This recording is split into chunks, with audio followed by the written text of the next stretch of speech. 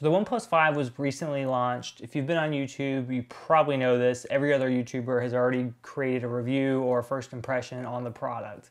However, it seems like OnePlus is up to no good. With the OnePlus 5 that they sent to reviewers, they seem to manipulate the code on the software. So anytime a reviewer launches a benchmarking tool, it immediately maxes out the phone. And before we get started, guys, don't forget to give this video a big thumbs up and subscribe to my channel. It will help get this video spread around, spread the awareness of the issues that OnePlus 5 has been accused of.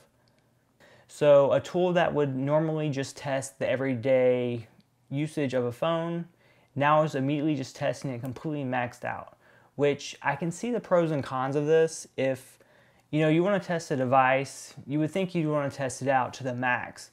However, when there is a benchmarking software that's designed to work a certain way, and the phone is supposed to work a certain way to simulate everyday, day-to-day usage, and the manufacturer of the phone decides to cheat by maxing out the CPU, the GPU, everything like that.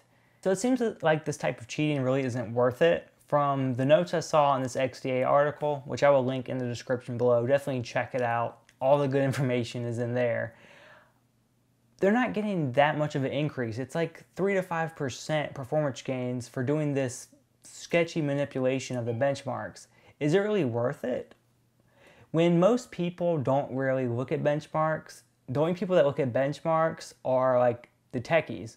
So OnePlus and the OnePlus 5 and every OnePlus device before this, the people that have gravitated towards this device are people that are, tech savvy, not the typical people that just go into a store to buy a phone.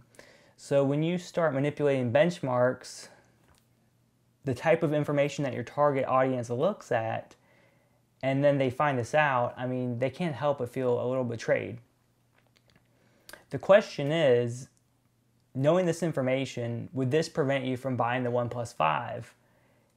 For me, it makes me question the company, their integrity, everything like that. If they have to exaggerate their benchmarks, what else are they doing to try to win over customers? It is known as like the flagship killer. So obviously they have to stand out somehow. When you're running the same specs as a flagship, and now the flagships, the LG G6 and the Galaxy S8, both have pretty big price cuts. The price is about the same. So the only way to stand out to your target demographic is leading in benchmarks. But like I've discussed before, the benchmarks are false.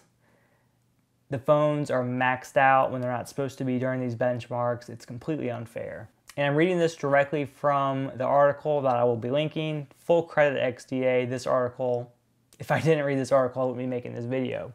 But it looks like they reached out to OnePlus for a comment on the issue. And what they had to say, they said, people use benchmark apps in order to ascertain the performance of their device. We want users to see the true performance of the OnePlus 5. Therefore, we have allowed benchmark apps to run in a state similar to daily usage, including the running of resource-intensive apps and games. Additionally, when launching apps, the OnePlus 5 runs at a similar state in order to increase the speed in which apps open. We are not overclocking this device, rather we are displaying the performance potential of the OnePlus 5.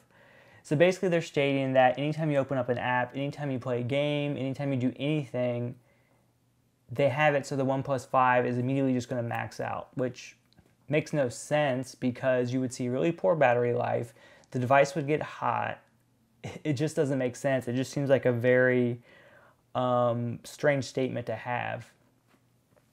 Especially considering they were caught with cheating and benchmark manipulation with the OnePlus 3T. Why are you going to fix it and then when the OnePlus 5 comes out, do the same thing, just in a different fashion? But again, the big question is this going to affect your decision to buy the OnePlus 5? So definitely let me know in the comment section below. Is finding out that a company exaggerates or lies, however you want to word it, on their benchmarks enough to prevent you from supporting the company and supporting the device they're selling?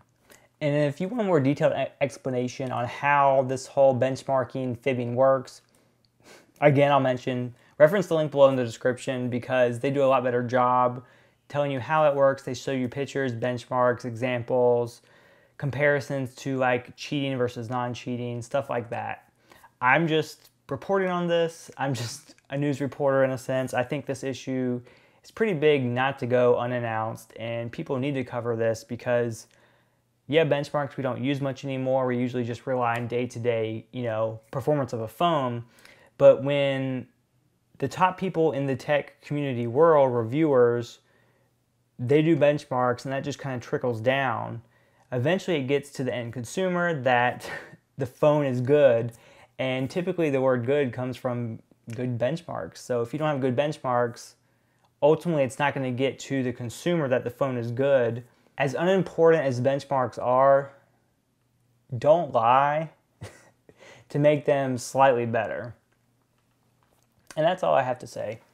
I could go on and on about the same stuff, but it's very simple what they did, and I just don't understand the reasons. Have a great day, guys. Bye.